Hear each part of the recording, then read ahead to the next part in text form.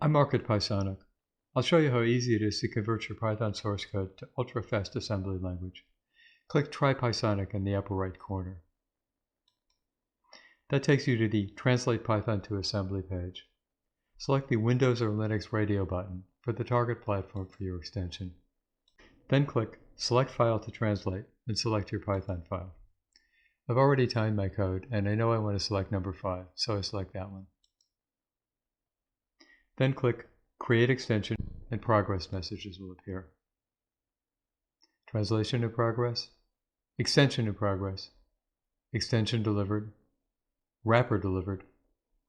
Success! Your Python code has been translated to assembly. It's that easy.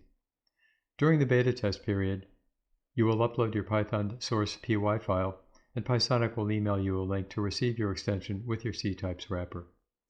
After beta, within seconds your extension and C-types wrapper will be placed automatically in your project folder.